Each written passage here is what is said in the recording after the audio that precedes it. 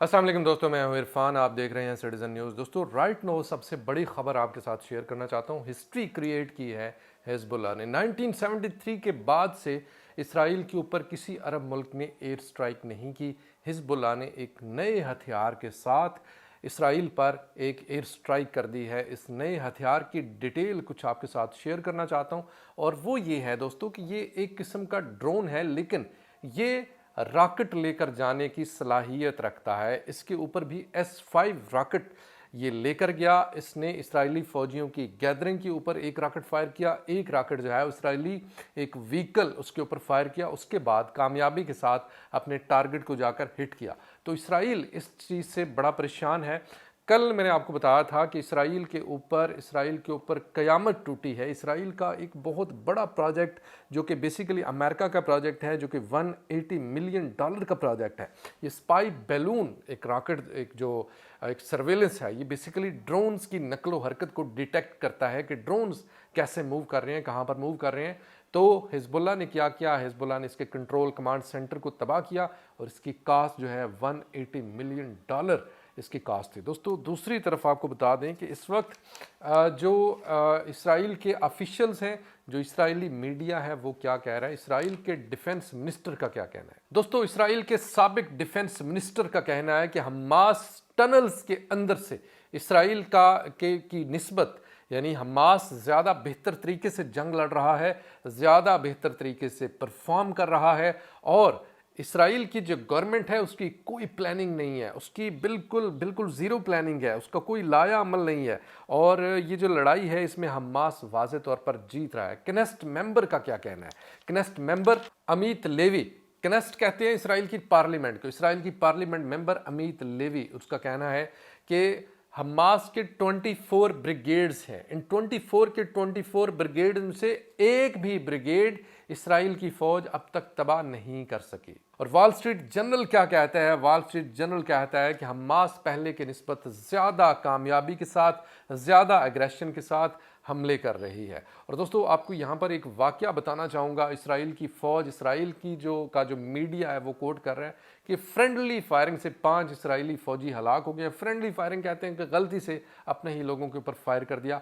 तो दोस्तों ये दरअसल फ्रेंडली फायरिंग नहीं थी। एक बिल्डिंग के अंदर मुजाहिदीन ने ये पोस्ट किया कि यहाँ पर मुजाहिदीन मौजूद हैं, लेकिन वहाँ पर क्या था, वहाँ पर एक्चुअली इसराइली फ़ौजी मौजूद थे। और इसराइल का टैंक हरकत में आता है, टैंक एक फायर करता है और उस पूरी बिल्डिंग को गिरा देता है। उस पूरी बिल्डिंग के गिरने से वो 5 के 5 इसराइली फौजी जाँ बहक हो जाते हैं, हलाक हो जाते हैं।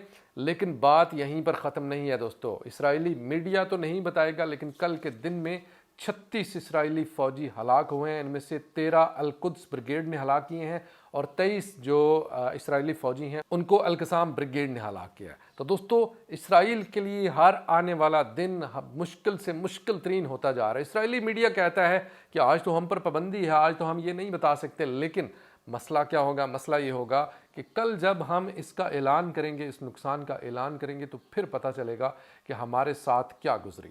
और दोस्तों यहीं पर आपको एक और ख़बर भी देते चलें कि यमन के हौथियों ने एक और American MQ-9 reaper drone UAV इसको मार गिराया है। ये जो है ड्रोन है, इसको मारिब प्रोविंस जो कि ईस्टर्न यमन के इलाके में है, यहाँ पर इसको ईरानी S-358 surface to air missile इस्तेमाल करते हुए इसको मार गिराया गया है। और ये एक जो अमेरिकी ड्रोन है, ये इंतहाई कीमती है। इसकी कीमत है $30 मिलियन। एक ड्रोन की कीमत। अब जो यमन है अब तक 4 इस तरह के ड्रोन्स मार कर गिरा चुका है। और दोस्तों वहीं पर एक और बड़ी अहम डेवलपमेंट हुई है। ये डेवलपमेंट जो है ये बड़ी स्ट्रैटेजिकल, बड़ी टेक्निकल डेवलपमेंट है। मिस्र से इसराइल कहता है कि रफ़ा का बॉर्डर ओपन करो, हम ये जो रफ़ा के सिविलियन हैं इनको हम मिस्र भेजना चाहते हैं, लेकिन मिस्र ने इससे साफ इनकार कर दिया है। दर हकीकत इसके पीछे जो इसराइल की सोच है वो ये है कि गज़ा के जो रेफ्यूजीज़ हैं उनको धकेल दिया जाए मिस्र की तरफ, और उसके बाद आराम से गज़ा की सारी ज़मीन के ऊपर कब्ज़ा कर लिया जाए। लेकिन मिस्र ने इनकार करके इसको बिल्कुल मुकम्मल तौर पर फेल कर दिया है। और दोस्तों कुछ इतलात, कुछ जो खबरें हैं वो ये हैं कि इस वक्त ये मैं कोट कर रहा हूँ RT यानी रशियन टीवी के ऊपर जो रिटायर्ड इसराइली लेफ्टिनेंट कर्नल है एली डैकल, उसका कहना है कि इजिप्शियन यानी जो मिस्र है उसके साथ मिस्र मुकम्मल तैयारी कर रहा है कि इसराइल के साथ एक फुल फ्लेज जंग करे, एक फुल फ्लेज वार करे।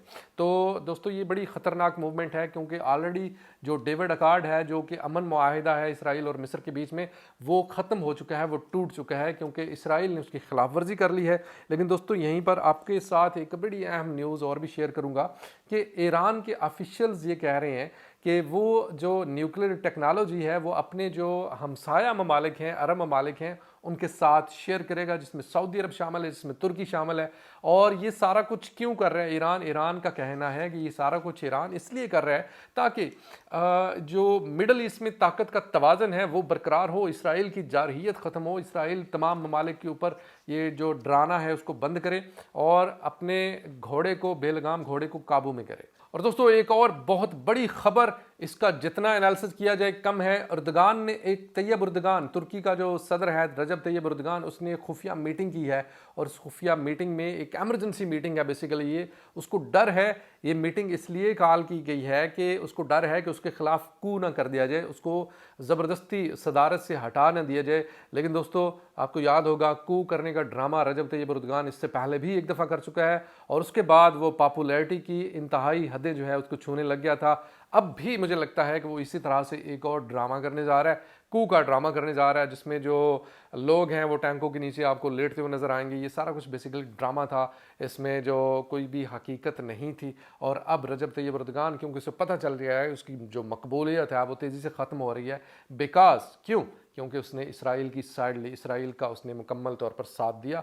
और अब देखते हैं कि ये क्या वाक़यातन कू होने जा रहा है या नहीं। दोस्तों ये थी इस वक्त तक की कुछ ताज़ा तरीन अपडेट इसराइल पैलेस्टाइन जंग दुनिया भर की खबरों के हवाले से। वीडियो कैसी लगी कमेंट सेक्शन में राय के साथ ज़रूर कीजिएगा और वीडियो को ज़्यादा से ज़्यादा शेयर करना मत भूलिएगा। खुदा हाफिज़।